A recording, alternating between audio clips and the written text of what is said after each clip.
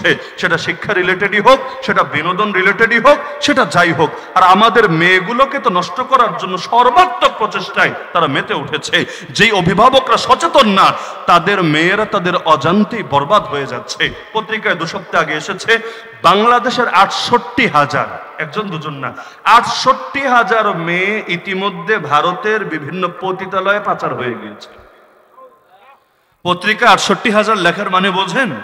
সবগুলোর তো এফআইআর হয় না, সবগুলো খবর তো পুলিশ আর সাংবাদিক পর্যন্ত যায় না, আবার সবাই তো পতিতালয়েও পাচার হয় না। তার মানে মোট সংখ্যাটা এর চাইতে আরো বহুগুণ বেশি। তাহলে অভিভাবক সচেতন থাকলে তার মেয়ে অন্য ধর্মের ছেলের সাথে রিলেশন করে ওই পর্যন্ত যায় কিভাবে? তার মানে অভিভাবকরাও বড় গাফলতিতে পড়ে আছে। কি জবাব দিবে আল্লাহর কাছে? বাচ্চা জন্ম দিলে অভিভাবক হওয়া যায় না। অভিভাবক হতে চাইলে আগে অভিভাবকত্বের হক আদায় করতে হয়। ও আনফুসাকুম ওয়া আহলিকুম নারা, নিজেকেও বাঁচাতে হয় জাহান্নাম থেকে, ফ্যামিলিকেও বাঁচাতে হয় জাহান্নাম থেকে। না হলে শুধু খাবার দিলেই অভিভাবকত্ব হয় না, শুধু কাপড় দিলে অভিভাবকত্ব হয় না। আর যে অভিভাবক জেনে বুঝে নিজের পোষ্যদেরকে জাহান্নামের দিকে ছুটে যেতে দেখে, এরপরও প্রতিবাদ করে না, ও অভিভাবক নামের কলঙ্ক ছাড়া কিছু না। কষ্ট পাচ্ছেন নাকি? কষ্ট পাচ্ছেন নাকি? বাংলাদেশের সর্বস্তরের অভিভাবকরা সচেতন হলে একটা বেপরদা মেয়েও রাস্তাঘাটে দেখা যেত না। একটা মেয়েকে দিয়ে ওরা দাজ্জালি এজেন্ডা বাস্তবায়ন করতে পারতো না। তো মেয়েদেরকে দোষারোপ করে কি লাভ? মেয়েদের মন তেমনি নরম, সহজে প্রভাবিত হয়। যতটা না দোষ ওদের, এর চাইতে মোটেও কম দোষ নয় অভিভাবকদের। অভিভাবকগুলো মানুষ হোক, ওরা দেখবেন এমনি মানুষ হয়ে গিয়েছে। এখন এমনও দেখা যায় হুজুর মানুষ, হুজুর বলতে মাদ্রাসার আমি বলছি না, মানে এমনি লেবাস পোশাকে হুজুর মানুষ, কিন্তু মেয়ে কলেজে ভার্সিটিতে পড়ছে, সহশিক্ষায় ছেলেদের সঙ্গে একসাথে ক্লাস করছে, আবার কখনো কোচিংয়ে লম্বা টাইম চলে যাচ্ছে। এখন কোচিংয়ে লম্বা টাইম বলতে পড়ালেখার কোচিং হতে পারে, আবার ভিন্ন কোনো আমলের মধ্যেও চলে যাচ্ছে। পরবর্তীতে দেখা যাচ্ছে হারাম রিলেশন এমন ভাবে ব্যাপক হয়েছে, বাংলাদেশে বন্যা হলে বন্যার পানি যতটা না ক্ষতি করে, এই হারাম রিলেশনের বন্যা এর চাইতে আরো বেশি বেড়ে গিয়েছে। তো এখন রাজনৈতিক ঐক্যের মূল কথা হলো এটা, বাংলাদেশ থেকে নাস্তিক্যবাদী ফেতনা দূর করতে হবে, হিন্দুত্ববাদী ফেতনা দূর করতে হবে। পশ্চিমা বিশ্বের কোন আদর্শ, কাফের মুশরিক ইহুদি খ্রিস্টানের কোন আদর্শ এই জমিনে বাস্তবায়িত হতে দেওয়া হবে না। আর শুধু এই অঞ্চল বলেই কথা না, ভারত হোক, পাকিস্তান হোক, এই পুরো অঞ্চলের যত মুসলমান আছে, এদের উপর যারা নতুন করে আগ্রাসন আর সাম্রাজ্যবাদ কায়েম করতে চাচ্ছে, সকলে মিলে একজোট হয়ে ওদেরকে চরম শিক্ষা দিয়ে দিতে হবে। আবারও 800 বছরের সেই আলোকিত শাসনকে এই অঞ্চলে ফিরাতে হবে। এটাই হলো রাজনৈতিক ঐক্য। রাজনৈতিক ঐক্যের দরকার আছে নাকি নাই?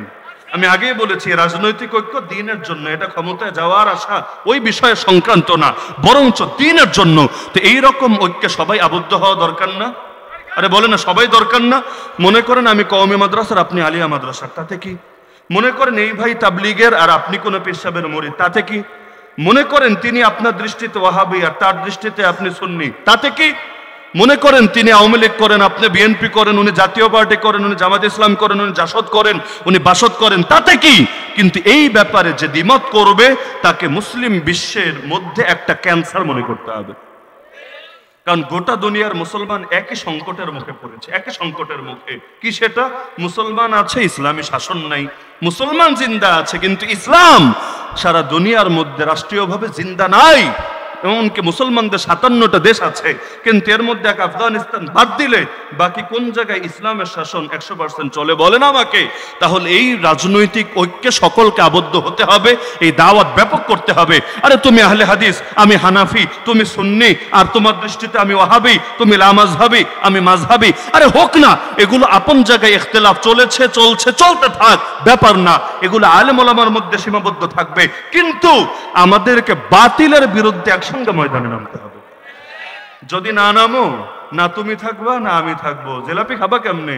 জিলাপি খাওয়ার জন্য তোমার হাতে তো বাকি রাখবে না। আরে তুমি হাত কই বাঁধবা এটা নিয়ে টেনশনে? নাভির উপরে না নাভির নিচে? হাত থাকলে না তুমি বাঁধবা, হাতে যদি গোড়া দিয়ে কেটে দেয় বাঁধবা কিসে? তাহলে আগে তো হাত বাঁচাতে হবে, তারপর কোথায় বাঁধবা এটা নিয়ে টেনশন পরেও করা যাবে। তাহলে কি বুঝলেন? যে ইখতিলাফ যদি থাকে সেটা আদর্শিকভাবে ইলমি ইখতিলাফ থাকবে, কিন্তু মৌলিক কিছু বিষয় একমত হওয়া লাগবে।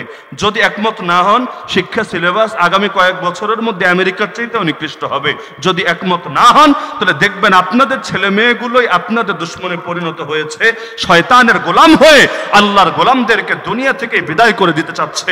এক শ্রেণীর মানুষ যেমন বাংলার জমিনে থেকে হুজুরদের সহ্যই করতে পারে না, তাদের নামগুলো শুনলে পর্যন্ত তেলে বেগুনে জ্বলে ওঠে। এই